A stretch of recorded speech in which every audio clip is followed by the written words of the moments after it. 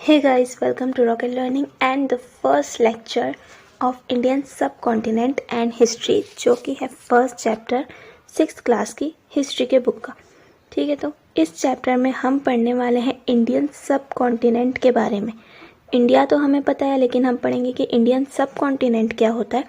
साथ में हमारे इंडिया के डिफरेंट पोर्शंस के बारे में हम अच्छे से पढ़ेंगे। ठीक है, तो सबसे पहले हमें पढ़ना है geographical conditions and the course of history, कि इंडिया में क्या क्या जियोग्राफिकल कंडीशंस है।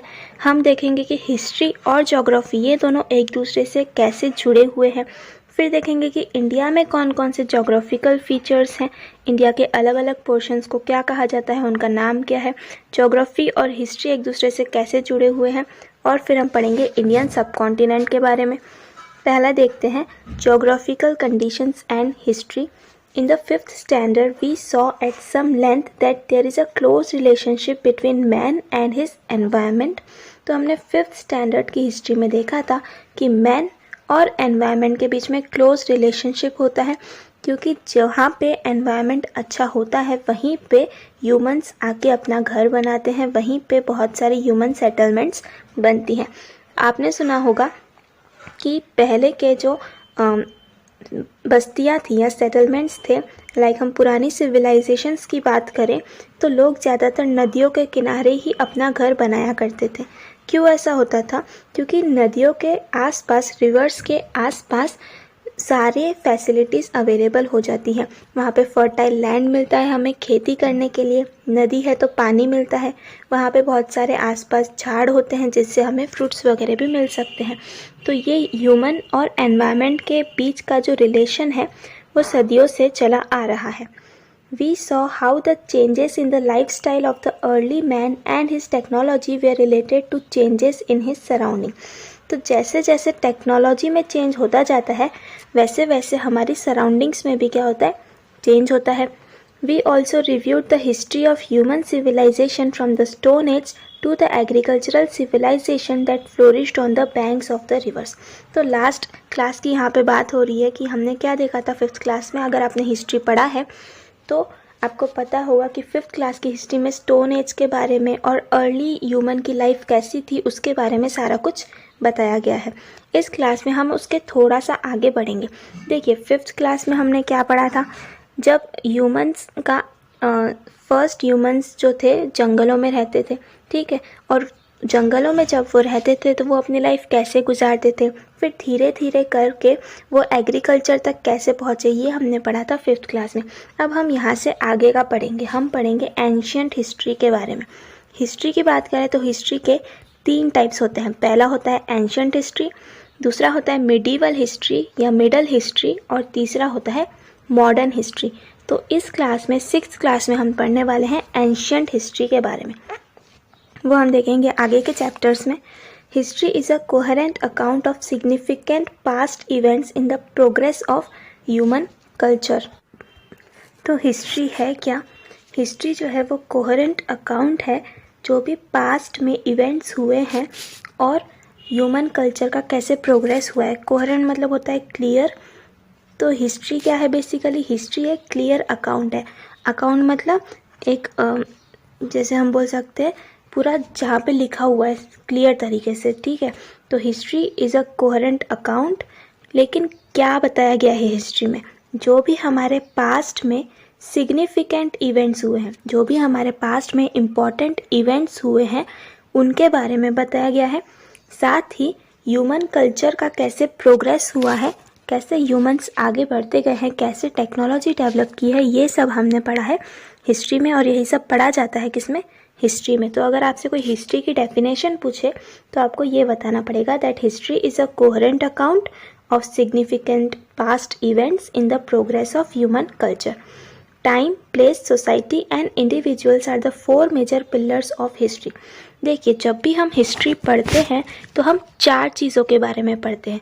सबसे पहली चीज़ हम पढ़ते हैं टाइम। अगर हम पढ़ रहे हैं लाइक हमारा जो अभी 3rd चैप्टर आएगा वो रहेगा हड़प्पन सिविलाइजेशन, ठीक है। तो हड़प्पन सिविलाइजेशन के बारे में जब हम पढ़ेंगे तो सबसे पहले क्या पढ़ेंगे कि टाइम, हड़प्पन सिविलाइजेशन कब स्टार्ट हुआ था। तो वो स्टार्ट हुआ था 3500 BCE में। तो ये भी हम पढ़ेंगे। तो सबसे पहले हमने क्या पढ़ा, टाइम पढ़ा।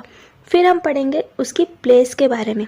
प्लेस यानी ये हमें कहाँ कहाँ पे मिला था, तो ये कुछ पाकिस्तान के इलाकों में था और इंडिया में भी मिला था।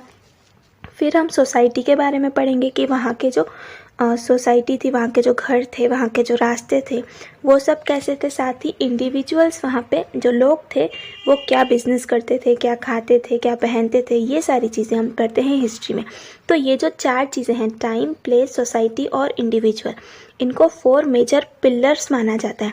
मतलब इन चारों के बेस पर ही हम हिस्ट्री को पढ़ते हैं। We cannot write history without them. Of these 4 components, place is related to geography और geographical conditions। तो इन चारों कंपोनेंट्स के बिना हम हिस्ट्री नहीं लिख सकते। और इन 4 कंपोनेंट्स में से जो प्लेस है हमारा सेकंड वाला कंपोनेंट, ये किससे रिलेटेड है, ज्योग्राफी से रिलेटेड है। क्योंकि ज्योग्राफी में हम क्या पढ़ते हैं, हम सारी प्लेसेस के बारे में पढ़ते हैं। इंडिया कहाँ पे है, अमेरिका कहाँ पे है ना, तो यही सब हम पढ़ते हैं ज्योग्राफी में। तो प्लेस जो है वो किससे रिलेटेड हो गया, ज्योग्राफी से रिलेटेड। मतलब देखिए यहाँ पे क्या बोलने की कोशिश की है कि हिस्ट्री पढ़ने के लिए हमें 4 चीज़ें पढ़नी पड़ेगी, टाइम, प्लेस, सोसाइटी और इंडिविजुअल। लेकिन जब हम प्लेस पढ़ेंगे इसका मतलब हम क्या पढ़ रहे हैं, हम ज्योग्राफी पढ़ रहे हैं। तो मतलब हिस्ट्री पढ़ने के लिए हमें ज्योग्राफी भी पढ़ना क्या है, ज़रूरी है। In this sense history and geography are inseparable. तो यहाँ पे बताया गया है कि जो हिस्ट्री और ज्योग्राफी, ये तो जो सब्जेक्ट्स है ये इनसेपरेबल है। मतलब इनको हम सेपरेट नहीं कर सकते, अलग अलग नहीं कर सकते। अगर हमें हिस्ट्री पढ़ना है तो ज्योग्राफी भी पढ़ना ज़रूरी है। History is influenced by geographical conditions in many ways. तो हिस्ट्री जो है वो ज्योग्राफिकल कंडीशन से जुड़ी होती है बहुत सारे वेज में। Our diet, clothing, housing, occupation, in fact all human life in any region depends to a large extent on its geographical characteristics। तो ह्यूमन की जो लाइफ है वो उसके geographical characteristics पर डिपेंड करती है। क्या क्या चीज़ें हम ज्योग्राफी पर डिपेंड करती है, पहला तो है हमारा डाइट। देखिए हमारा जो खाना है वो हमारे आसपास जिस तरह की चीज़ें मिलेंगी उस पर डिपेंड करेगा। मान लीजिए मेरा घर है, मेरे घर के आसपास बहुत सारे नारियल के झाड़ है, तो मेरे डाइट में यानी खाने में नारियल इंक्लूड होगा। क्यों, क्योंकि वहाँ का जोग्राफिकल कंडीशन जो था वहाँ पे नारियल के झाड़ थे। अगर मेरे आसपास बहुत सारे एप्पल के झाड़ हैं तो मेरे खाने में, मेरे डाइट में क्या इंक्लूड होगा, एप्पल इंक्लूड होगा।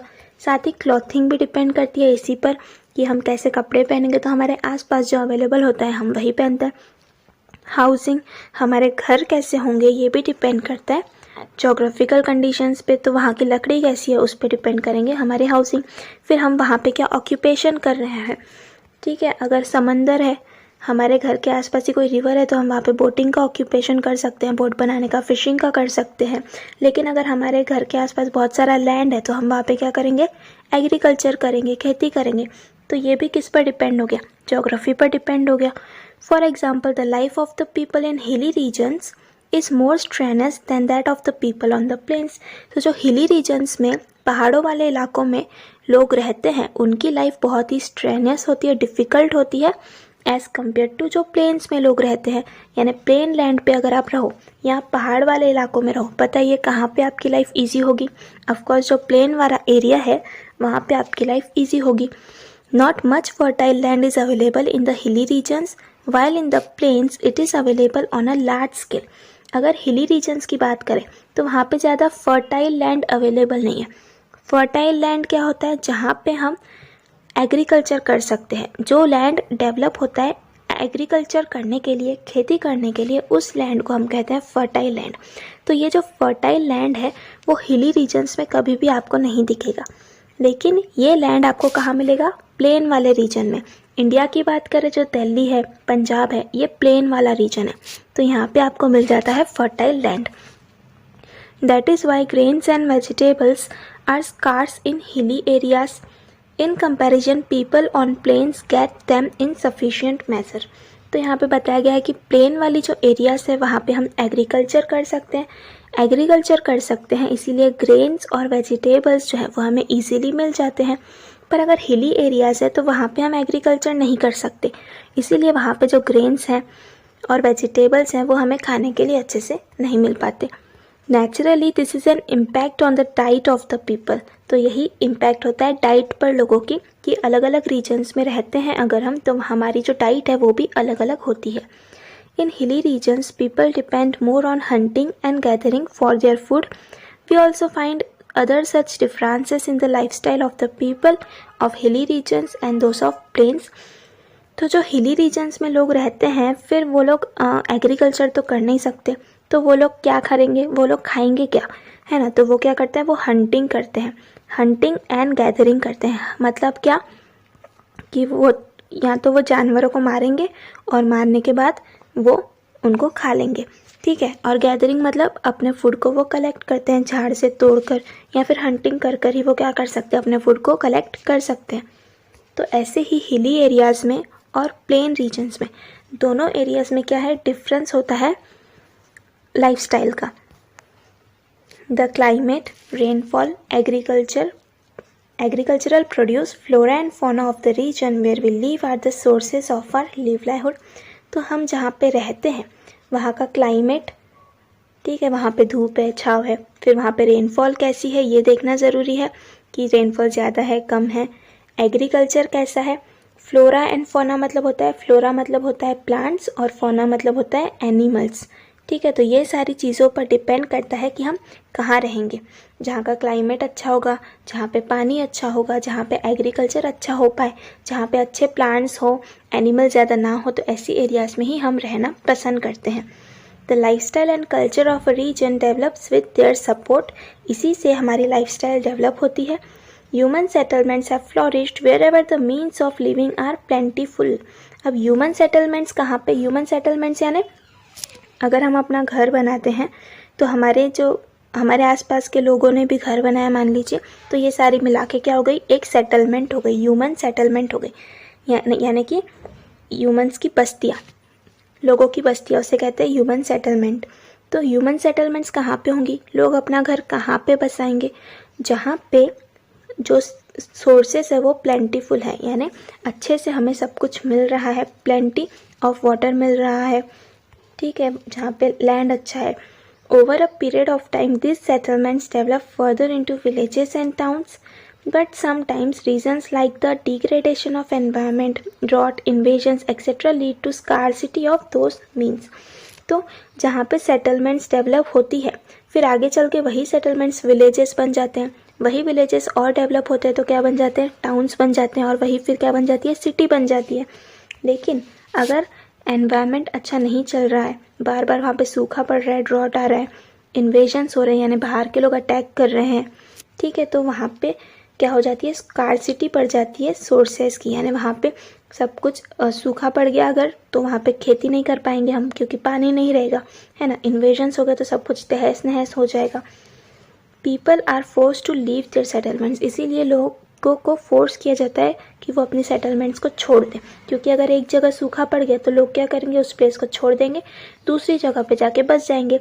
तो अगर लोग दूसरी जगह पे बसेंगे तो वहाँ पे ज़्यादा टाइम लगेगा उसको विलेज बनाने में, जबकि यहीं पे अगर रहते लोग तो यहाँ पे सब कुछ अवेलेबल था, तो यहाँ पे हम अच्छे से विलेज बना सकते थे।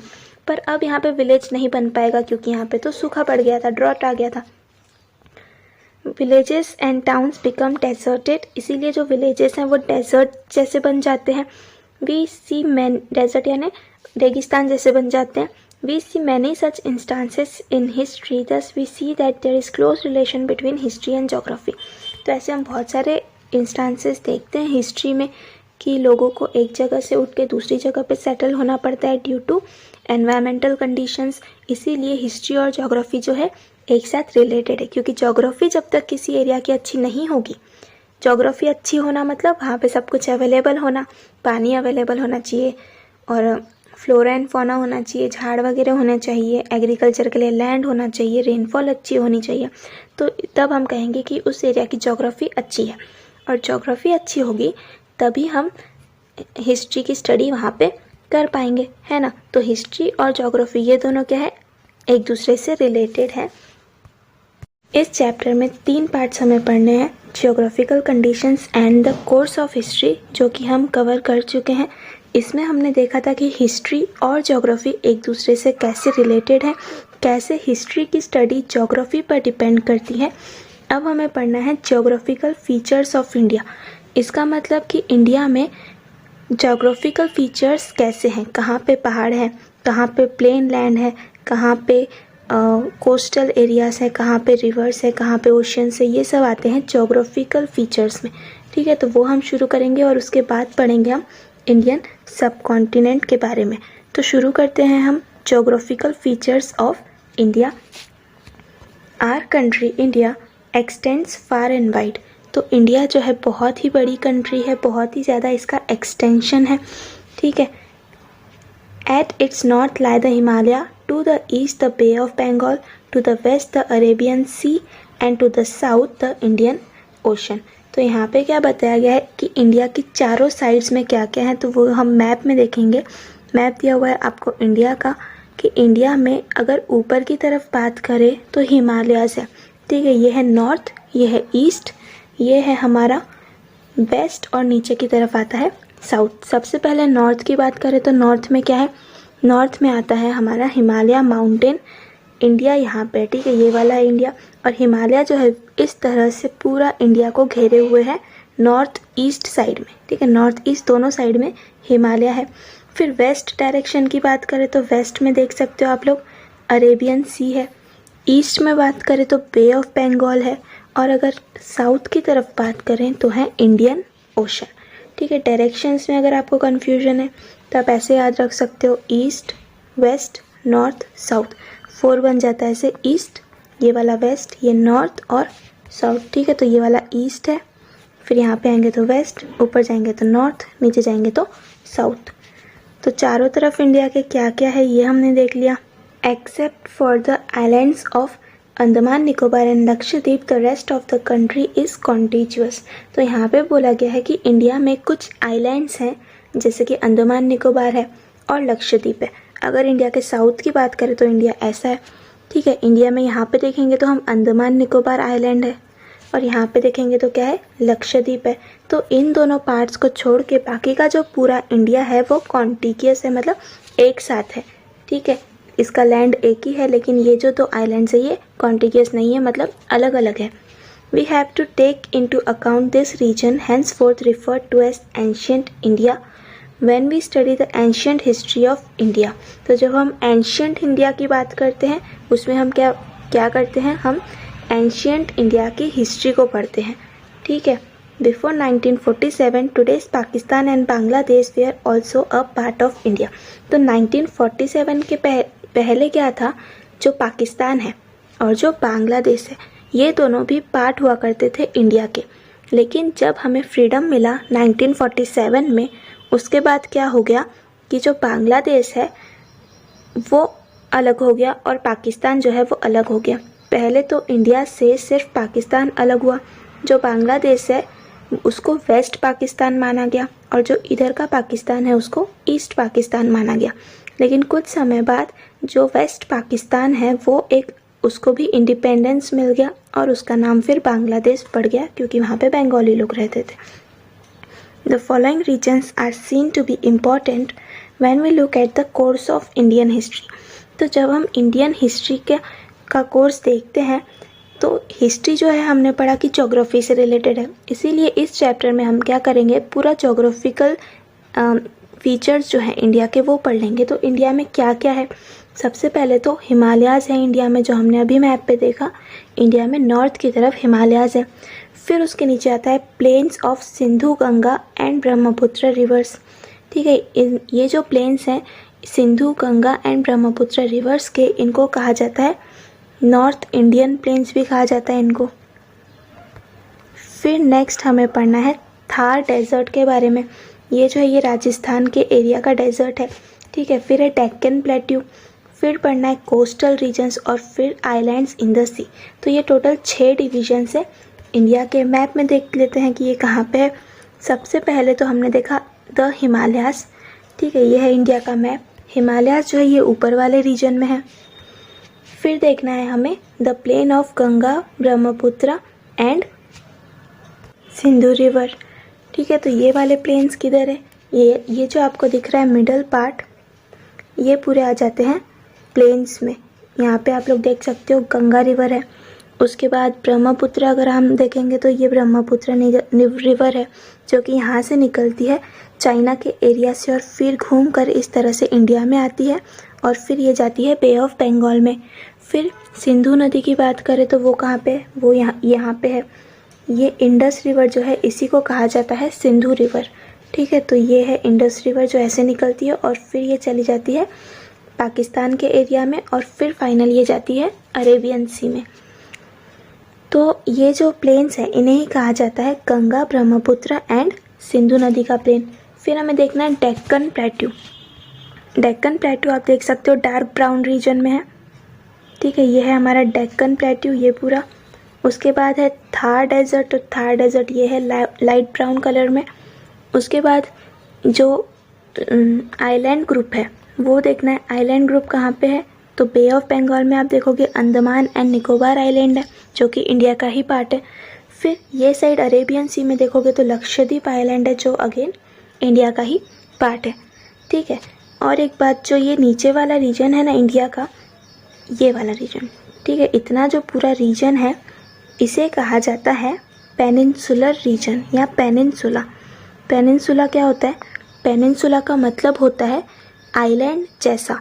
आइलैंड जैसा, आइलैंड क्या होता है, आइलैंड यानी लैंड का टुकड़ा जो चारों तरफ से पानी से घिरा हुआ है। ठीक है, लेकिन इस रीजन की बात करें पेनिनसुला रीजन की, तो आप देखोगे कि जो पेनिनसुला रीजन है, जो पेनिनसुला रीजन है वो चारों तरफ से पानी से नहीं घिरा हुआ है, बल्कि इसके 3 साइड पानी है। यहाँ पे पानी है, यहाँ पे पानी है और यहाँ पे पानी है, लेकिन एक साइड क्या है, लैंड है। तो ये थोड़ा थोड़ा आइलैंड जैसा है, इसीलिए हम इसको बोलते हैं पेनिनसुला। और ये जो पेनिनसुलर पार्ट है इंडिया का, इसके 2 हिस्से हैं। कितने हिस्से हैं, 2 हिस्से हैं। पहला तो है डेक्कन प्लेट्यू जिसके बारे में हमें पढ़ना है, और दूसरा है कोस्टल एरियाज।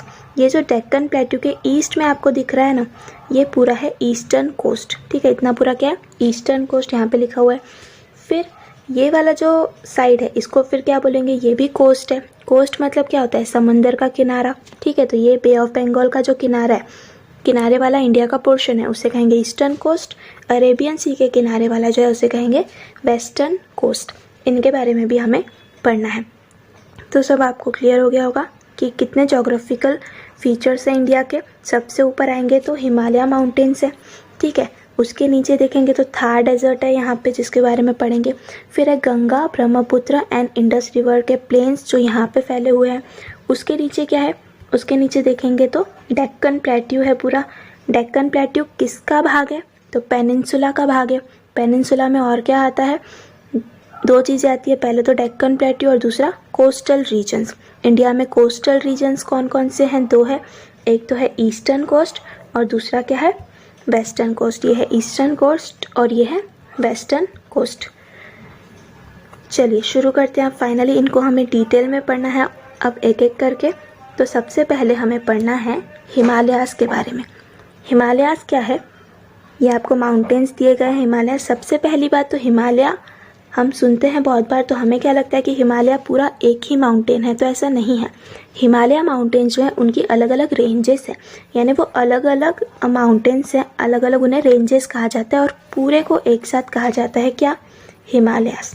ठीक है, the Hindu Kush and Himalaya ranges have created an impenetrable wall on the northern side of Indian subcontinent। Indian subcontinent क्या होता है, पहले तो देखिए इंडिया की बात करें तो इंडिया हमें पता है हमारी कंट्री जहां हम रहते हैं, जिसका हमने अभी मैप भी देखा। लेकिन इंडियन सबकॉन्टिनेंट क्या है, हमें पता है 1947 से पहले की बात करें तो तब इंडिया जो है वो डिवाइडेड नहीं था। इंडिया के आसपास की जितनी भी कंट्रीज़ है, लाइक पाकिस्तान है, बांग्लादेश है, म्यांमार है, नेपाल है, भूटान है, श्रीलंका है, ये सब जो थे ये इंडिया का ही पार्ट थे। तो उन सारी कंट्रीज़ को मिला के कहा जाता है और इंडिया को भी मिला के उन्हें कहा जाता है इंडियन सबकॉन्टिनेंट। लेकिन 1947 के बाद क्या हुआ, ये जो आसपास की कंट्रीज़ थी, बांग्लादेश, नेपाल, भूटान, पाकिस्तान, म्यांमार, श्रीलंका, ये सब अलग हो गए इंडिया से। तो फिर जो बना वो था हमारा इंडिया। लेकिन 1947 के पहले ये सारी कंट्रीज़ एक साथ थी, जिसे हम क्या कहते हैं, इंडियन सबकॉन्टिनेंट कहते हैं। तो हिमालय माउंटेन के बारे में हम पढ़ रहे हैं। हिंदू कुश और हिमालय रेंजेस ये हिमालय के ही पार्ट हैं, ठीक है। हिंदू कुश माउंटेन्स हिमालय के पार्ट है और दूसरा पार्ट है हिमालय के रेंजेस।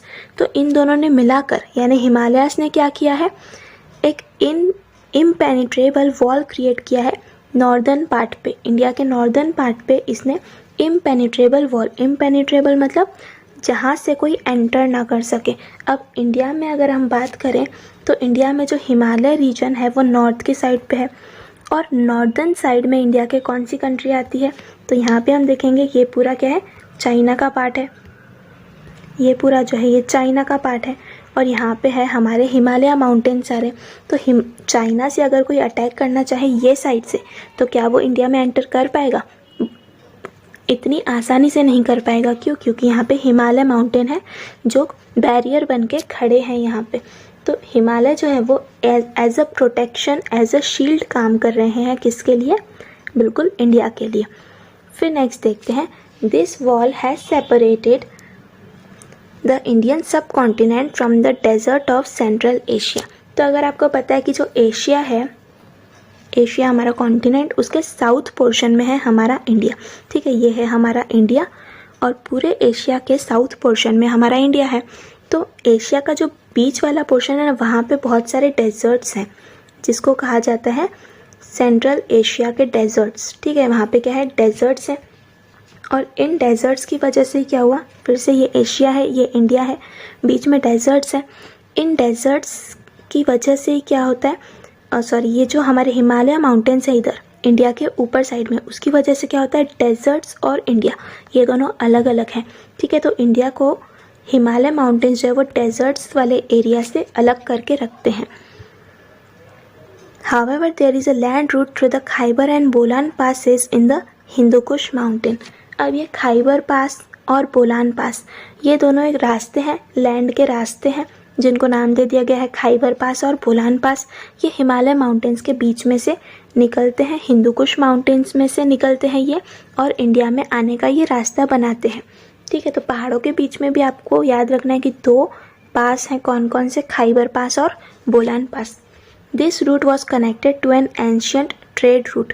अब ये जो रूट है खाइबर पास और बोलान पासेस वाला, ये एक एंशियंट रूट है, ठीक है, कनेक्टेड है उससे, मतलब ये बहुत ही पुराने समय से चले आ रहे हैं। इन रास्तों से लोग क्या करते थे, सिल्क का ट्रेड करते थे, इसलिए इसको सिल्क रूट भी कहा जाता है। The trade route from China pass through central Asia and reach Arabia.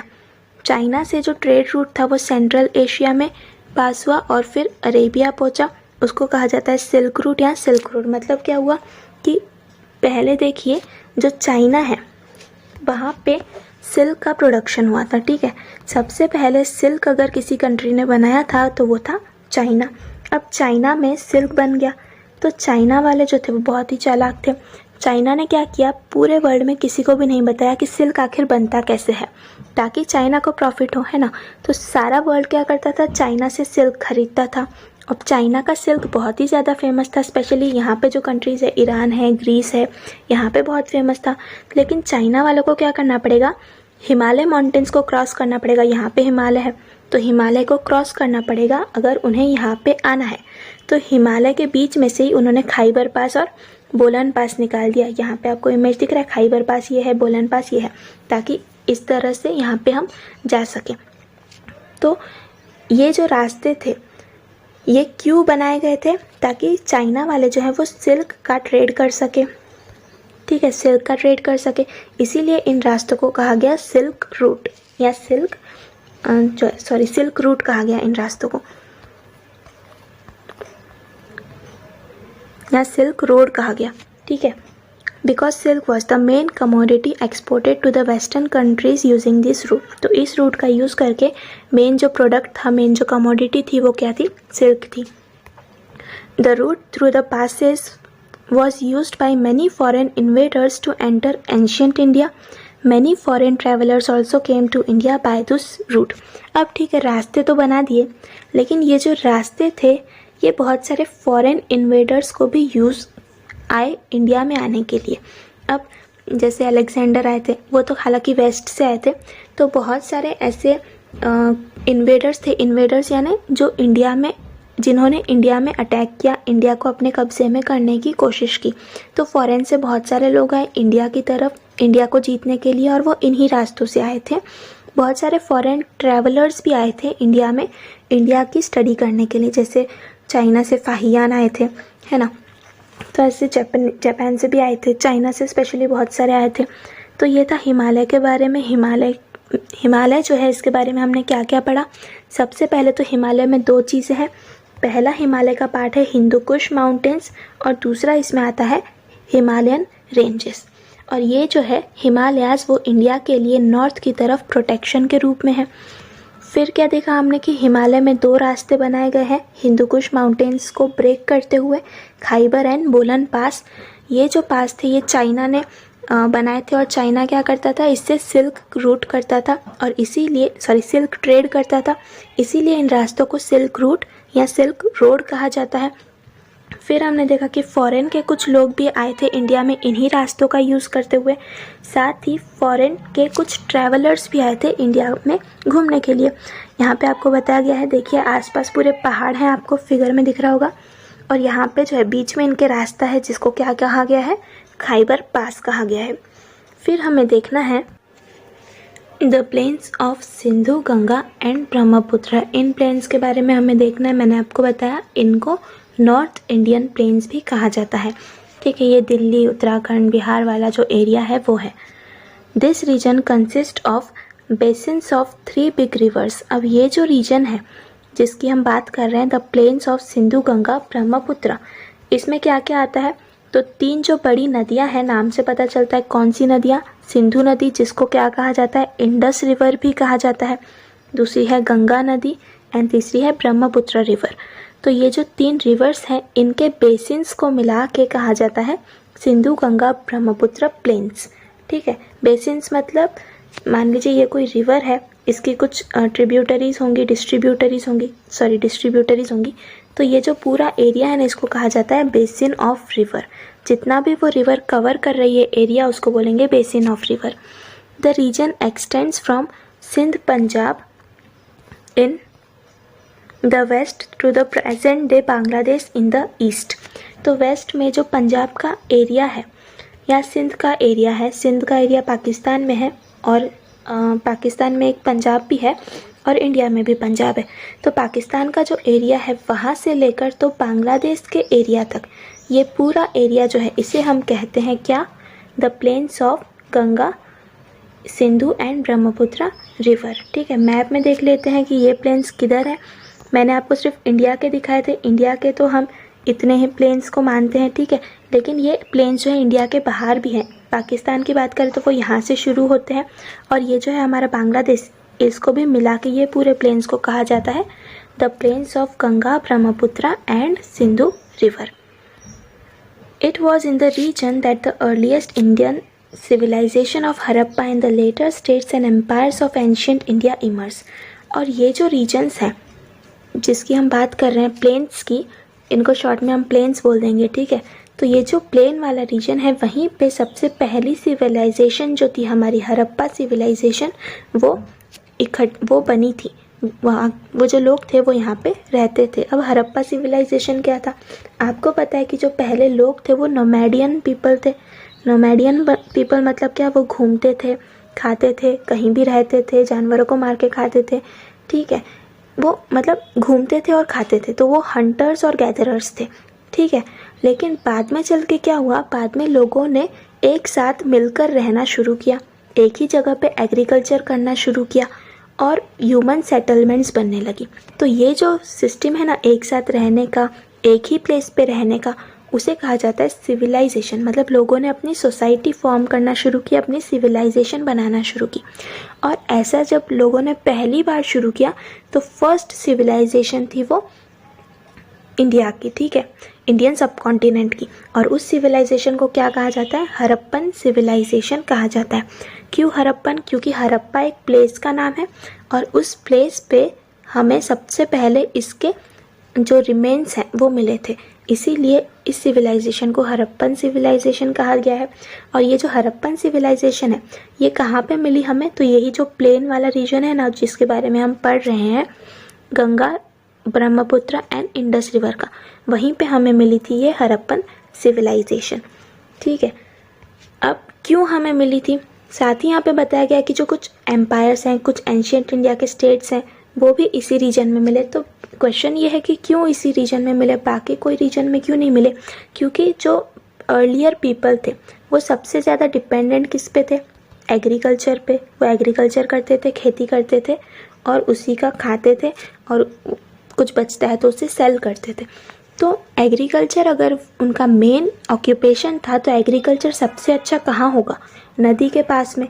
और नदियों वाला रीजन तो यही है, यहाँ पे 3 नदियाँ हैं, गंगा है, इंडस है, ब्रह्मपुत्र है। इसीलिए ये जो सिविलाइजेशन है हमें यही मिली, रिवर्स के पास में। नेक्स्ट हम देखते हैं the Thar desert. Thar desert spread across Rajasthan. जो हमारा राजस्थान का एरिया है, हरियाणा का एरिया है और गुजरात का एरिया है, यहाँ पे है थार डेजर्ट। हमने मैप में भी देखा कि थार डेजर्ट देखिए कहाँ पे है। ये वाला जो है ये राजस्थान का एरिया है हमारा, ये वाला, और ये नीचे वाला गुजरात है और ऊपर वाला क्या है? पंजाब। तो यहाँ पे पूरा थार डेजर्ट फैला हुआ है। थार डेजर्ट कहाँ पे फैला हुआ है? 3 एरियाज में फैला हुआ है, Rajasthan, Gujarat and Punjab. A part of the desert lies in today's Pakistan. कुछ पार्ट जो है इस डेजर्ट का वो पाकिस्तान में भी है आज के टाइम में।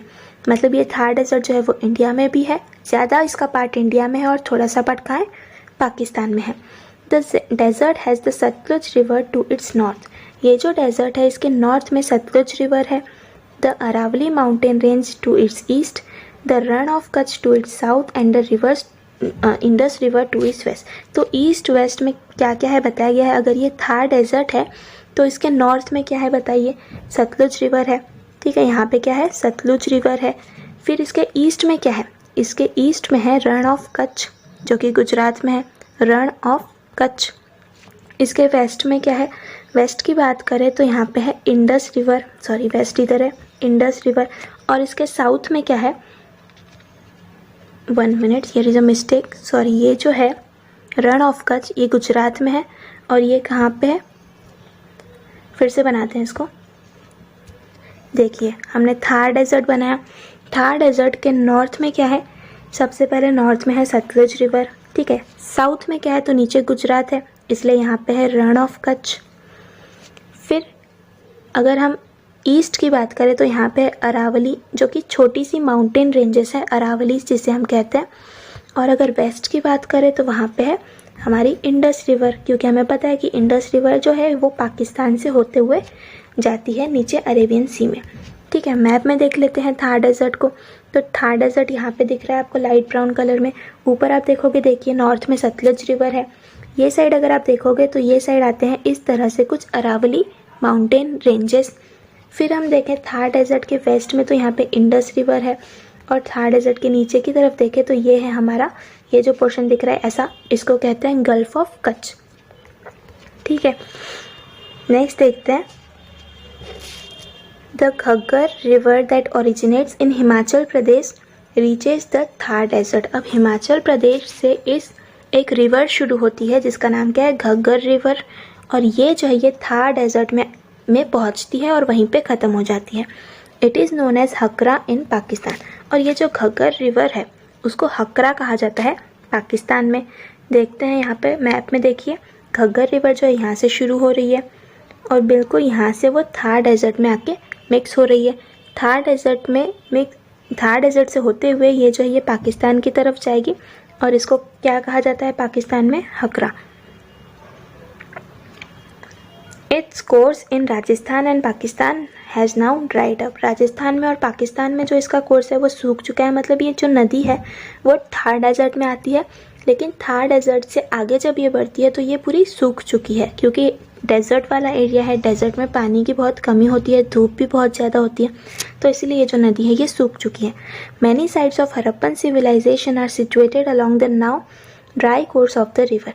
हड़प्पन सिविलाइजेशन की जो बहुत सारी साइट्स हैं, तो हड़प्पन सिविलाइजेशन की हमने बात की, पहला सिविलाइजेशन था और ये हमने देखा था हड़प्पा पे मिला था, लेकिन हड़प्पा के साथ साथ इसकी बहुत सारी साइट्स थी। साइट्स यानी प्लेसेस, बहुत सारी प्लेसेस पे ये मिला था और बहुत सारी प्लेसेस पे ये मिला था। तो जितनी भी ये प्लेसेस हमें मिली वहाँ पे रिवर जो थी अब सूख चुकी है। उस टाइम पे ये घग्गर रिवर अच्छे से थी वहाँ पे, ठीक है, एकदम हरी भरी थी, मतलब उसमें पानी था। लेकिन अब जो है ये सूख चुकी है रिवर, अब ये सिर्फ थोड़ी सी ही हमें दिखाई देती है, जो कि हिमाचल प्रदेश से निकलती है और थार डेजर्ट में आके ये ख़त्म हो जाती है। द डेक्कन प्लेट्यू, इसके बारे में पढ़ेंगे हम। The region between the east and the west coast of India tapers off to the south. ये हमें पता है कि जो ईस्ट कोस्ट और वेस्ट कोस्ट है इंडिया का, हम यहाँ पे इंडिया का अगर साउथ वाला पोर्शन बनाए तो कुछ ऐसा है ना। तो यहाँ पे जो ईस्ट कोस्ट है यानी ये वाला साइड, और जो वेस्ट कोस्ट है, कोस्ट मतलब नदी के किनारे वाला, तो ये जो पूरा है ये हो जाएगा वेस्टर्न कोस्ट, और ये जो पूरा है ये हो जाएगा ईस्टर्न कोस्ट। तो ये वाला जो रीजन है ये साउथ की तरफ टेप कर रहा है, मतलब टेपर ऑफ, मतलब ये थोड़ा सा ऐसे पॉइंटेड है साउथ की तरफ। This region has the Arabian Sea to its west, the Indian Ocean to its south and the Bay of Bengal to its east. तो ये वाला जो रीजन है इसके वेस्ट की बात करें, वेस्ट यानी ये वाला साइड, ईस्ट यानी ये वाला साइड। वेस्ट में हमें पता है यहाँ पे क्या है, अरेबियन सी है, और यहाँ पे क्या है ईस्ट में देखेंगे तो बे ऑफ बंगाल है, और अगर साउथ की बात करें तो हमें पता है इंडियन ओशन है। ठीक है, तो हमने यहाँ पे तीनों साइड में देखा क्या क्या है। ईस्ट की तरफ बे ऑफ बंगाल है, वेस्ट की तरफ अरेबियन सी है, और इंडियन ओशन कहाँ पे है, साउथ की तरफ। A region thus bound by the sea on 3 sides is called as peninsula. ये मैंने आपको बताया था कि ऐसा रीजन जो 3 साइड से सी से घिरा हुआ है, तीनों साइड से उसके पानी है, ऐसे रीजन को हम क्या कहते हैं, पेनिनसुला। और अगर कोई रीजन चारों तरफ से पानी से घिरा हुआ होता है तो उसे हम क्या कहते हैं, island. A major part of Indian peninsula is occupied by the Deccan Plateau। तो इंडियन पेनिनसुला का जो बहुत बड़ा पार्ट है वो डेक्कन प्लेट्यू ने घेरा हुआ है। अब जो इंडियन पेनिनसुला है, ये वाला जो पार्ट है इंडिया का साउथ वाला, ये इसमें 2 पार्ट्स हैं, एक तो है डेक्कन प्लेट्यू, ठीक है, यहाँ पे कहीं पे डेक्कन प्लेट्यू है, और जो बचा हुआ पार्ट है वो है एक तो वेस्टर्न कोस्ट, और इधर का जो है वो है ईस्टर्न कोस्ट। यहाँ पे ईस्टर्न कोस्ट और यहाँ पे क्या है, वेस्टर्न कोस्ट। तो डेक्कन प्लेट्यू है और दूसरा क्या है, कोस्ट। इन सबको मिला के क्या बनता है, इन सबको मिला के बनता है peninsula. The mountain ranges of the Vindhya and Satpura are located to the north of Deccan plateau. अब जो डेक्कन प्लेट्यू है उसके नॉर्थ में विंध्या और सतपुरा माउंटेन रेंजेस लोकेटेड है। मैप में देखते हैं कि विंध्या और सतपुरा माउंटेन रेंजेस कहाँ पे हैं। तो देखिए डेक्कन प्लेट्यू जो है ये आपको ब्राउन कलर में दिख रहा है, ये पूरा पोर्शन है डेक्कन प्लेट्यू का, और इसका जो ईस्ट वाला पोर्शन है, इतना रिमेनिंग आपको वाइट कलर में दिख रहा है, वो क्या है, वेस्टर्न कोस्ट है, और यहाँ पे जो दिख रहा है वो आपको वो क्या है, ईस्टर्न कोस्ट है। ठीक है, फिर देखते हैं कि अरावली रेंजेस जो है वो यहाँ पे हैं कहीं पे, और जो विंध्या रेंजेस है वो इस डायरेक्शन में ऐसे। ठीक है, तो अरावली और विंध्या रेंजेस, ये जो दोनों रेंजेस है वो कहाँ पे है, डेक्कन प्लेट्यू के नॉर्थ साइड पे है। ये डेक्कन प्लेट्यू के ऊपर वाले साइड पे है, यानी नॉर्थ साइड पे है। नेक्स्ट देखते हैं, the Sahyadri mountain ranges are to its west, they are also known as Western Ghats. अब डेक्कन प्लेट्यू जो है उसके वेस्ट में है सह्याद्री माउंटेन रेंजेस, मतलब ये है हमारा डेक्कन प्लेट्यू। इसके वेस्ट साइड में, मतलब यहाँ पे जो वेस्टर्न कोस्ट वाला रीजन है ना, बिल्कुल वहाँ पे है सह्याद्री माउंटेन रेंजेस। और ये जो माउंटेन रेंजेस जहाँ पे है उसी पोर्शन को हम क्या कहते हैं, वेस्टर्न घाट्स। मतलब वेस्टर्न घाट्स वाला पोर्शन कहाँ होगा, जो वेस्टर्न कोस्ट है वहाँ पे सह्याद्री माउंटेन रेंजेस है, और उतना जो पोर्शन है उसे हम कहते हैं Western Ghats. To the west of the Sahyadris is the coastal region of Konkan and Malabar. Sahyadris के वेस्ट की बात करें तो वहाँ पे कोकन रीजन है और मलाबार रीजन है, ये महाराष्ट्र का रीजन है। The mountains on the eastern side of the Deccan plateau are known as Eastern Ghats. अब जो डेक्कन प्लेट्यू के ईस्ट साइड पे हैं उन्हें हम क्या कहते हैं, ईस्टर्न घाट्स। जो वेस्ट साइड पे हैं उन्हें हम कहते हैं Western Ghats. Deccan plateau has fertile land where many post Harappan agrarian cultures flourished. तो डेक्कन प्लेट्यू जो है वहाँ पे बहुत सारी फर्टाइल लैंड है, और अगर फर्टाइल लैंड है तो वहाँ पे हम क्या कर सकते हैं, एग्रीकल्चर कर सकते हैं। तो पोस्ट हड़प्पन यानी हड़प्पन सिविलाइजेशन के बाद में जो लोग आए वहाँ पे उन्होंने अपनी बस्तियाँ बनाना शुरू की। और वो कैसे पीपल थे, अग्रेरियन थे, मतलब वो एग्रीकल्चर करते थे। Deccan Plateau was a part of Mauryan Empire, the largest in ancient India. After the decline of the Maurya Empire too, several other kingdoms and smaller empires continued to flourish in this region. अब जो Deccan plateau है वो Mauryan empire का ही part था, जो कि ancient India का largest empire था। मौर्यन एम्पायर का आपने सुना होगा, चंद्रगुप्त मौर्य या अशोक, ठीक है। ये दोनों जो किंग्स थे वो बहुत ही फेमस थे मौर्यन एम्पायर के। अब मौर्यन एम्पायर जो था वो इंडिया का सबसे एंशियंट और सबसे बड़ा एम्पायर माना जाता है। और इसका जो रीजन था वो कौन सा था, डेक्कन प्लेट्यू वाला रीजन इसका था। तो डेक्कन प्लेट्यू वाला जो रीजन है वो मौर्यन एम्पायर ने ऑक्यूपाई किया हुआ था। और जब मौर्यन एम्पायर ख़त्म हो गया उसके बाद भी बहुत सारे किंगडम्स जो थे वो इस रीजन में यानी डेक्कन प्लेट्यू वाले रीजन में उन्होंने अपना एम्पायर जमाया। फिर नेक्स्ट देखना है हमें कोस्टल रीजन्स यानी वही जो मैंने आपको बताया, वेस्टर्न कोस्ट और यहाँ का क्या था, eastern coast. From the time of Harappan civilisation ancient India had trade relations with the western countries. अब हड़प्पन सिविलाइजेशन के टाइम से ही जो एंशियंट इंडिया है वो वेस्टर्न कंट्रीज़ के साथ ट्रेड करता आ रहा है, ठीक है। हमारा इंडिया कहाँ पे है, हमारा इंडिया जो है वो ये रहा। अब इंडिया के वेस्ट में जो भी कंट्रीज़ है यहाँ पे ये वाले साइड में, लाइक पाकिस्तान है, पाकिस्तान से अभी के टाइम में तो बहुत ही कम ट्रेड होता है, लेकिन पहले पाकिस्तान था भी नहीं, क्योंकि मैंने बताया इंडिया जो है वो सब कॉन्टिनेंट ऑफ इंडिया था, मतलब पहले पाकिस्तान भी इंडिया का ही पार्ट था। और ये जो बांग्लादेश है ना, इसको वेस्ट पाकिस्तान कहा जाता था पहले, हालांकि बाद में चल के बांग्लादेश का नाम क्या हो गया, बांग्लादेश, मतलब उसका ओरिजिनल नाम उसको मिल गया। अब जो वेस्ट की कंट्रीज़ है जैसे कि ईरान है, यहाँ पे ग्रीस है, ठीक है, यहाँ यूनाइटेड स्टेट्स है, तो उनके साथ इंडिया काफ़ी हद तक ट्रेड करता था, व्यापार करता था एंशियंट टाइम से ही। और अभी भी इंडिया क्या करता है, वेस्टर्न कंट्रीज़ के साथ ट्रेड उसका चालू है।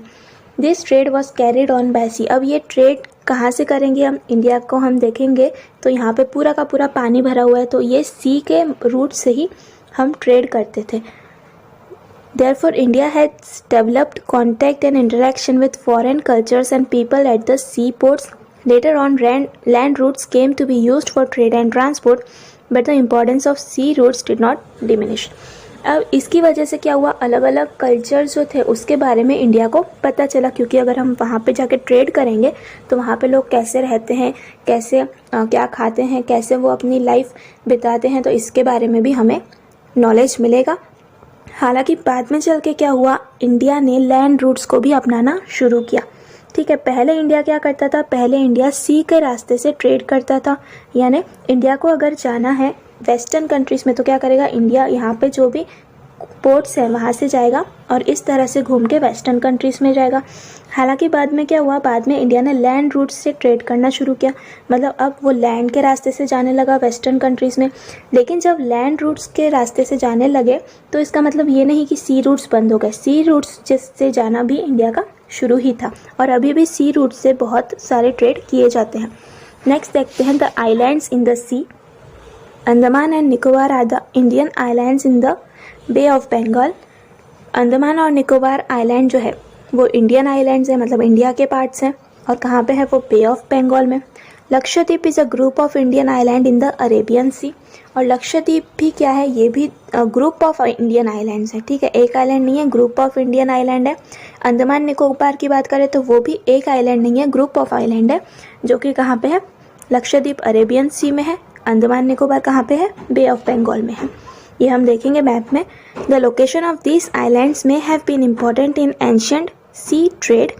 The manuscripts Periplus of the Erythraean Sea and the Handbook of the Red Sea makes a mention of Indian islands. It has been written by an unknown Greek sailor. तो यहाँ पे the location of these islands may have been important in ancient sea trades. ये जो islands हैं इनकी location important हो सकती है एंशियंट ट्रेड के लिए, क्योंकि हमें पता है कि हम सी के रास्ते से होते हुए ट्रेड करते थे, तो हो सकता है वहाँ पे कुछ पोर्ट्स हों जहाँ पे आके फॉरेनर्स या इंडिया के लोग भी रुकते हो। अब यहाँ पे दो बुक्स के बारे में बताया गया है, Periplus of the Erythraean sea and handbook of the red sea. ये दोनों ही बुक्स में इंडियन आइलैंड्स का मेंशन हमें मिलता है, इनके बारे में बताया गया है। हालांकि ये जो दोनों बुक्स हैं, Periplus of Erythraean sea and handbook of red sea, इसके ऑथर अननोन है। ऐसा माना जाता है कि ग्रीक सेलर था कोई, जो ग्रीक से नौकायन करते हुए यहाँ पे आया था, उसने ये बुक्स लिखी थी। बट एक्चुअली ये बुक्स किसने लिखी है ये आज तक किसी को पता नहीं। फिर यहाँ पे नेक्स्ट हम देखते हैं, show the following on an outline map of India. India के मैप में आपको ये तीनों चीज़ें दिखानी है। पहले देखते हैं हिमालयन माउंटेन, थार डेजर्ट और ईस्ट कोस्ट। ठीक है, तो हिमालयन माउंटेन हमें पता है ऊपर के साइड है। ये पूरा जो ब्लैक लाइंस आपको दिख रही है ये पूरा हिमालयन माउंटेन है। हिमालय का कुछ पार्ट जो है वो इधर भी जाता है, जिसको हम हिंदू कुश माउंटेन बोलते हैं, और यहाँ से एक रास्ता जाता है जिसको हम खाइबर पास और बोलन पास कहते हैं। ठीक है, फिर हमें मैप में दिखाना है थार डेजर्ट। तो यहाँ पे लाइट ब्राउन या येलो कलर जैसा कुछ आपको दिख रहा है, ये वाला जो रीजन है ये है थार डेजर्ट। फिर हमें दिखाना है ईस्टर्न कोस्ट। अब ईस्टर्न कोस्ट हमें पता है ये वाला जो पूरा रीजन है वो है ईस्टर्न कोस्ट, और इन्हीं के थोड़े से पार्ट को क्या कहते हैं हम, ईस्टर्न घाट्स। और ये जो है हमारा वाइट वाला ये है वेस्टर्न कोस्ट, और वेस्टर्न कोस्ट के इस पार्ट को हम कहते हैं वेस्टर्न घाट। ठीक है, यहीं पे है सह्याद्री माउंटेन। और हमने आइलैंड्स की बात की, यहाँ पे आप लोग देख सकते हो अंडमान एंड निकोबार आइलैंड है यहाँ पे, जो कि ग्रुप ऑफ आइलैंड है। ये आपको जो छोटे छोटे वाइट कलर के दिख रहे हैं वो है अंडमान निकोबार आइलैंड। यहाँ पे जो वाइट डॉट्स आपको दिख रहे हैं, छोटे छोटे वाइट सर्कल्स, वो है लक्षद्वीप आइलैंड। लक्षद्वीप आइलैंड जो है वो अटॉल आइलैंड है, मतलब ऐसा कुछ आइलैंड है ये वाला जो है ये तो लैंड का पोर्शन है यहाँ पे पूरा, लेकिन इसके बीच में भी पानी है और आजू बाजू में भी पानी है, तो ऐसे आइलैंड्स को कहा जाता है अटोल आइलैंड्स। फिर हम नेक्स्ट देखते हैं अंडमान आइलैंड का। देखो आपको फोटो दिया गया है, इसमें भी कुछ अटोल आइलैंड्स है जिसमें बीच में तो पानी है, लेकिन इसके बीच में लैंड है और आजू बाजू में क्या है, पानी है। नेक्स्ट देखते हैं हम द इंडियन सब कॉन्टिनेंट के बारे में हमें अभी पढ़ना है। So the cities of Harappa and Mohenjodaro are in today's Pakistan. अब जो हरप्पा और मोहनजोदारो ये दोनों सिटीज़ है, ये कहाँ पे है, आज का जो हमारा पाकिस्तान है वहाँ पे ये दोनों सिटीज़ है। Afghanistan, Pakistan, Nepal, Bhutan, Bangladesh, Sri Lanka and India together form the region known as South Asia. तो एशिया जो है हमारा कॉन्टिनेंट, इसके साउथ में जितनी भी कंट्रीज़ है उन सबको मिला के क्या बनता है, साउथ एशिया। ठीक है, उन सबको मिला के क्या बन जाता है, साउथ एशिया। और ये साउथ एशिया में कौन कौन सी कंट्रीज़ आती है, तो 7 कंट्रीज़ है। पहला पाकिस्तान, फिर अफगानिस्तान, फिर नेपाल, भूटान, बांग्लादेश, श्रीलंका और इंडिया। और ये जो सारी कंट्रीज़ है ना 7, इनको मिला के ही पहले कहा जाता था इंडियन सब कॉन्टिनेंट। लेकिन 1947 के बाद क्या हुआ, ये सारी कंट्रीज़ अलग अलग हो गई। Considering the expanse and significance of India in this region, it is also known as Indian subcontinent। तो यही जो रीजन है इन सबको मिला के कहा जाता था Indian subcontinent. Harappan civilisation had spread mainly in the north western part of Indian subcontinent. जो हरप्पन सिविलाइजेशन है वो इंडियन सबकॉन्टिनेंट के नॉर्थ वेस्टर्न पार्ट में था। ठीक है, नॉर्थ वेस्टर्न पार्ट यानी अगर इंडिया का हम मैप देखें तो इंडियन सबकॉन्टिनेंट में पहले तो पाकिस्तान वगैरह भी इन्वॉल्व था, मतलब ये पूरा मिला के इंडियन सबकॉन्टिनेंट था इतना। ठीक है, ये पूरा क्या था, इंडियन सबकॉन्टिनेंट। और हरप्पन सिविलाइजेशन कहाँ था, तो इसके नॉर्थ वेस्टर्न पार्ट में, यानी ये वाले पार्ट में हरप्पन सिविलाइजेशन फैला हुआ था। और हरप्पा और मोहनजोदारो सिटीज़ की बात करें तो हरप्पा यहीं पे था, यहाँ पे, और मोहनजोदारो भी यहीं पे था पाकिस्तान में, जो कि आज के पाकिस्तान में है। China and Myanmar, our neighboring countries, are not a part of South Asia और Indian subcontinent। 2 कंट्रीज़ है जो कि चाइना और म्यांमार, ये दोनों हमारे इंडियन सबकॉन्टिनेंट का पार्ट बिल्कुल भी नहीं है। However, they had cultural and trade relations with ancient India. They have an important place in the study of ancient history। लेकिन इनके रिलेशंस अच्छे थे इंडिया के साथ। एंशियंट टाइम्स की बात करें, एंशियंट टाइम्स यानी पुराने टाइम्स की बात करें तो, और इंडिया के साथ इनके ट्रेड होते थे। साथ ही इम्पॉर्टेंट प्लेस है इन दोनों कंट्रीज़ का इंडिया की हिस्ट्री में। ठीक है, क्योंकि चाइना से बहुत सारे ट्रैवलर्स आए थे, म्यांमार से भी आए थे। ठीक है, तो वो हम पढ़ेंगे आगे की क्लासेस में या आगे के चैप्टर्स में।